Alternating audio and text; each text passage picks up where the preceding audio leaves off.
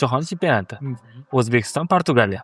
Yerda уже jahon chempionati miqyosida o'ynaydigan sportchilar, futbolistlar shu guruh bosqichlarida o'tdi, yaxshi o'yinlar ko'rsatishdi. U etapga chiqishda ham o'zi bo'lmadi. Bizga nima yetishmadi o'sha jarayonda?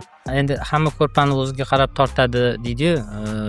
Yerda men 70% psixologik tayyorgarlikda muammo deb o'ylayman. Ya'ni bizni sportchilarimiz, bizni futbolchilarimiz уже yaxshi jismoniy, yaxshi taktik, yaxshi texnik tayyorgarlikka ega bo'lgan futbolchilarimiz bor. Va biz misol uchun bosim qilishni ham bilamiz, уже hujum qilishni ham bilamiz, tepishni ham bilamiz. Aytaylik, himoyamiz ham Yaxshi himoya. Endi bitta narsa bor.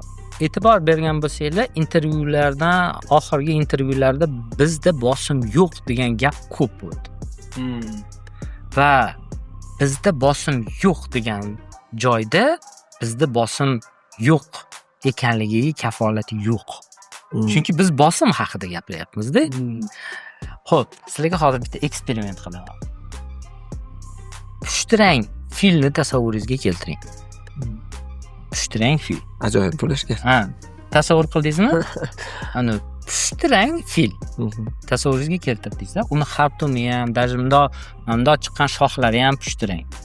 Boshidan oyog'igacha. Endi pushtirang fil haqida o'ylamang. Pushtirang filni tasavvuringizdan chiqarib tashlang. Pushtirang filni unuting. Unutib oldingizmi? Faqat bilgi. Hayolimga lavash keldi hozir. Hozir pushtirang film deganingizda multfilmdagi film hayolimga keldi. Baribir ham turibdi amaliyotda. Hozir ham turibdi aka. Qarang, pushtirang filni unuting deganimdan keyin siz risk unutib oldingizmi? Pushtirang filni xayolingizdan chiqarib tashlang deganimdan keyin chiqardingizmi? Yo'q. Endi xuddi shunaqa bizda bosim yo'q degan narsada siz bosim mana bu yerda turadi.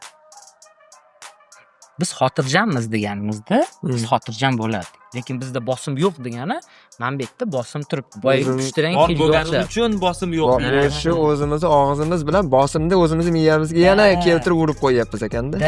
Ya'ni bizda juda katta bosim bor. Sportchilarimiz aytdi yoki Shomurodov aytdi, bizda bosim yo'q deb aytishdi. Bu boyagi pushtirang fil. Bizda bosim bor edi va bizni nima qilgan bo'lsa ham o'sha bosim. Bosimni yenga olmaydi. Va bosimni yengish uchun balki tajriba kerakdir. Endi undan tashqari psixologik tayyorgarlik ham kerak. Men kafolat beraman, top bitta doktor ham ular bilan ishlayapti, top dietolog ham ishlayapti, top farmakolog ham ishlayapti, lekin top psixolog ishlamadi ular. Eng zo'r psixolog ular bilan ishlash kerak edi. Men ham intervyulardan kelib chiqib gapiryapman. Cannavaro har matbuot anjumanida bizda birinchi jahon chempionatimiz, bizdan ko'p narsa kutmanglar. Biz maza qilib o'yinimizda tomosha qiladilar. Bizda bosim yo'q, bizda bunaqa. U mana shu gaplari bilan ham shu sportchilarga, futbolistlarga shu narsani singdirib qo'ymadimi? Bizda yutqizish unaqa ko'p narsa emas. Balki boshqacha yondashuv bo'lganda biz guruhdan chiqishimiz kerak. Yo, mana shunaqa narsa bo'lganda balki bolalar shunga qarab harakatlanardi. Misol uchun, bu yoqda trenerga ham bog'liq bo'ldimikin gap so'zlari. Bitta narsa, misol uchun Cannavaro o'zini vaqtida juda kuchli o'yinchi bo'lgan, lekin uni kuchli trenerligi hali shubha ostida. Hali uni trenerlik faoliyatida bironta jahon chempioni bo'lgan jamoa va bironta Osiyo chempioni yoki Yevropa chempioni bo'lgan jamoa yo'q uni portfoliosida. Endi jamoaviy sportda trener hamma narsani hal qiladi. Mana o'zingiz zalingizda ham hamma narsani siz trener sifatida hal qilasiz va bu normal holat. Trener psixolog kerak desa, psixolog ishlatiladi. Futbol assotsiatsiyamizda bu yerda juda katta aybi yo'q.